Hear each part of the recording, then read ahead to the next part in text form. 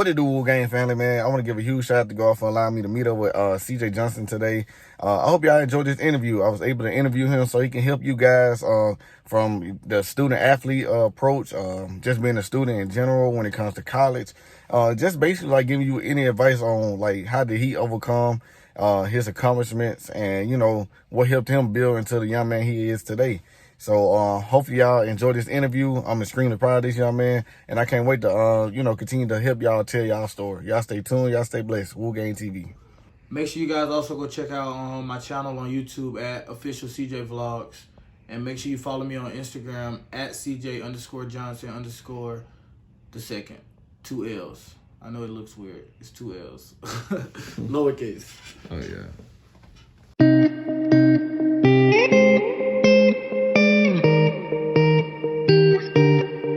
I'm CJ Johnson, and I play football here at the University of South Alabama. I grew up in Mobile my whole entire life, and I'm basically here to just tell y'all the basics of becoming a young man in life.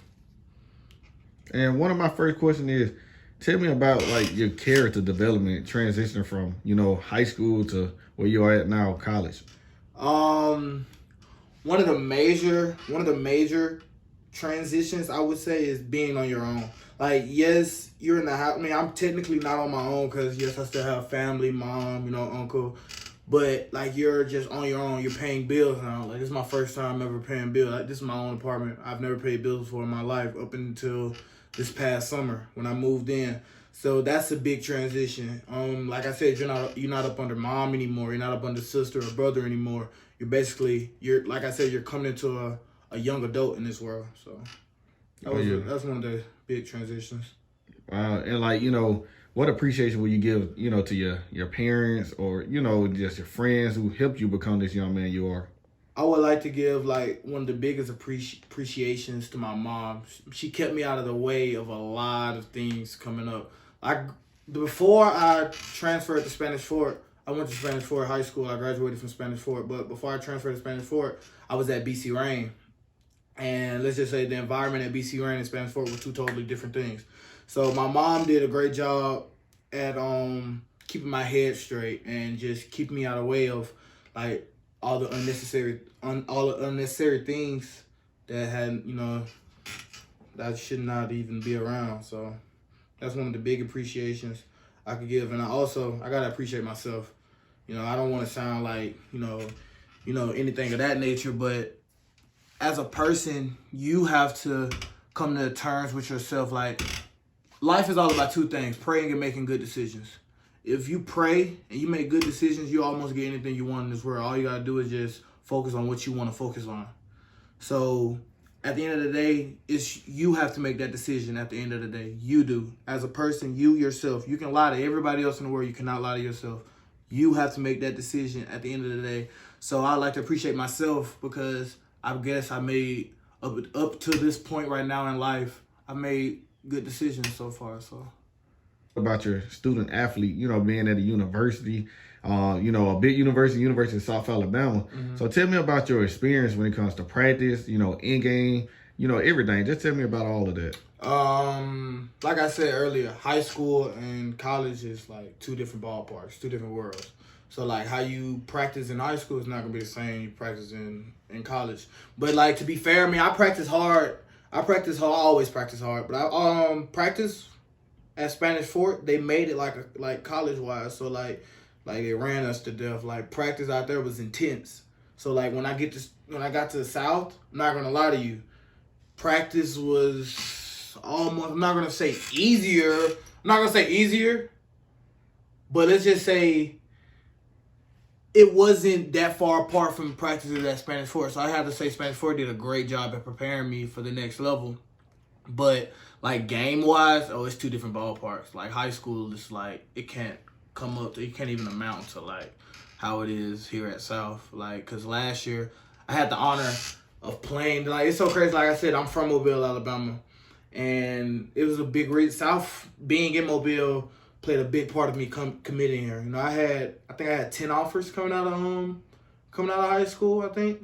And so can you name us a few of them? I had South, Troy, University of West Florida, Not gonna lie to you, it was out of South, and if Tulane would have offered me, I probably would have been to New Orleans. I'm not gonna lie to you, I had so much fun on my visit to Tulane, but they didn't offer me. But that's respect to Tulane because the coach told me, hey, it might be he say, she say, he might be lying. I don't even know. But the coach told me, we recruited a lot of guys in our backyard. It's just not that much. I was like, you know what, that's respect because at one point South wasn't doing a good job at recruiting, the Mobile area. But now that Kane Womack's in the is at the head of the table, he's doing an amazing job at recruiting Mobile because the talent in Mobile is crazy. You ask me, it's phenomenal. So yeah, the transitions, just high school and college. Like I said, it's two different ballparks, man. So let's talk about the definition of leadership. So what is your definition of leadership? My definition of leadership is, I'm going to just say from my standpoint, I wouldn't ask you to do something that I wouldn't do myself. So, like, that would be my definition of leadership. Someone who I've seen, like, let's just say we're going to keep it football-wise for my athletes out there. I know y'all been in practice where it's probably not your best day. Somebody's encouraging you or somebody getting on to you.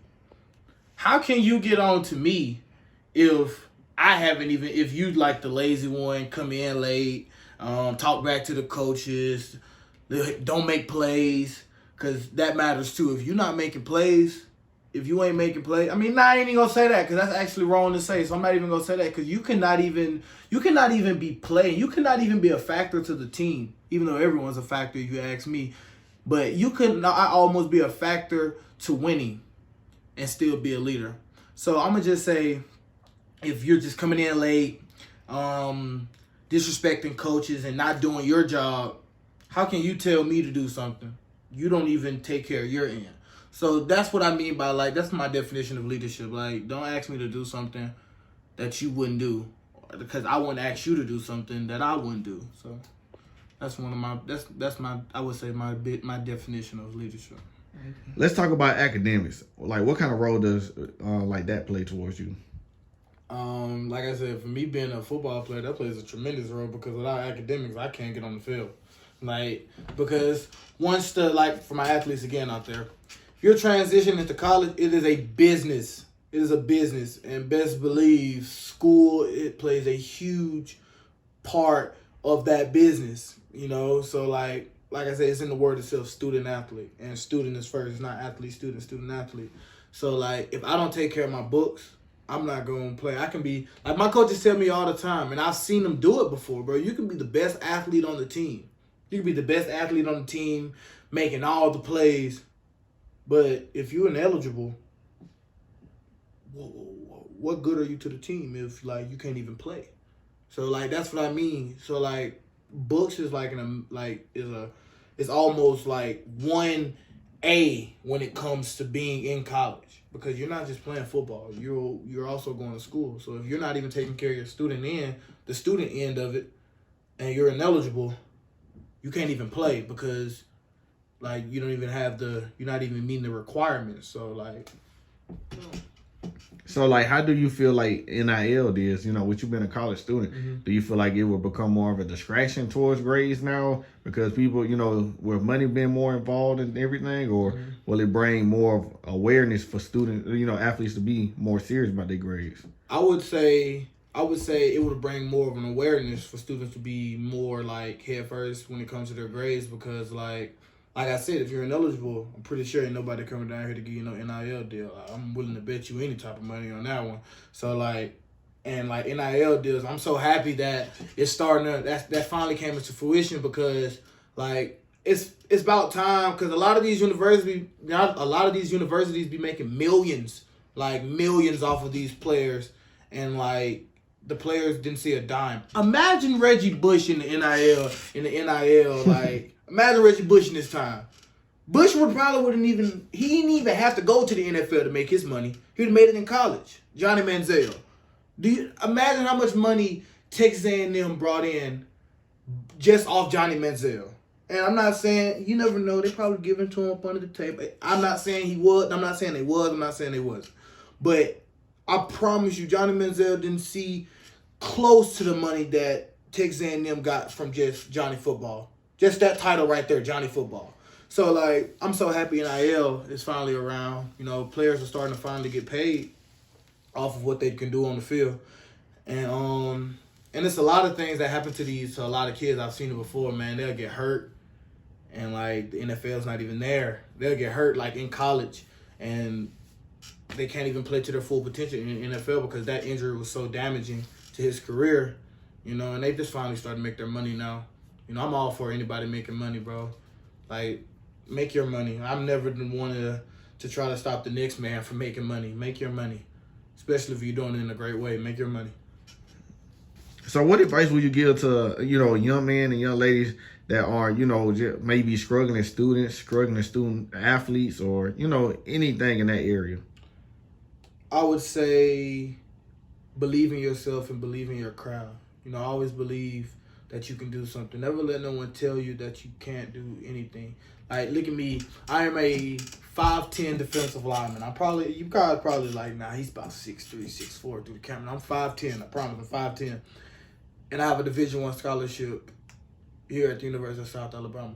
You don't see too many 5'10" guys getting offered to play defensive line, because if you know football, defensive line is like, that's where the big boys at. You know what I'm saying? I'm 5'10". I'm not 6'3", I'm not 6'2", I'm not 6'1". They sometimes give me 5'11". I'm 5'11" on a good day. So, and all I did during high school was just believe in myself. You know, I didn't care what another person think. When I went to the camps, you a 5-star, show me. You got to show me, because I believe in my craft. I believe I can beat you, you know? So that's not being cocky. That's just being confident. Like, I have two things. I live by two things. I don't live by, but these two things, it's the difference between being cocky and confidence. Having confidence, bro, knowing that you're him, knowing that you believe in your craft, you know that I don't care what you do, I don't care what they say about you, you can't stop me, because I know for a fact, deep down inside, I know, like, up here, you're not better than me, because I know for a fact I'm better than you.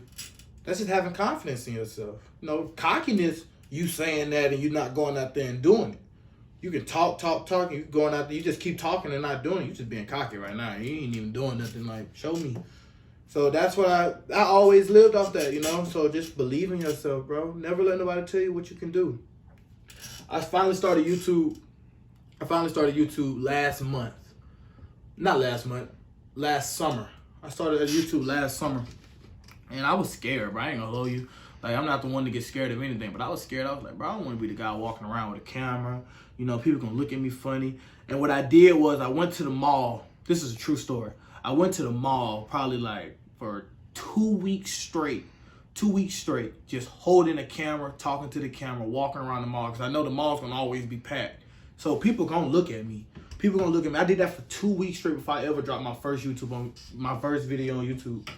And so with me saying that, I just believed in myself. I just knew I could do it, bro. And I am nowhere near did it yet, but I just have the belief in myself. I don't care what another person says. I've had people say my videos are stupid. I've literally had people text me and say my videos are stupid. You know what I did? I don't care what you say. Who are you? Who are you to tell me that I can't do something? You get what I'm saying? So just always believe in yourself, believe in what you can do, bro. Never let nobody tell you can't do anything, because I promise you can do anything in this life. I promise.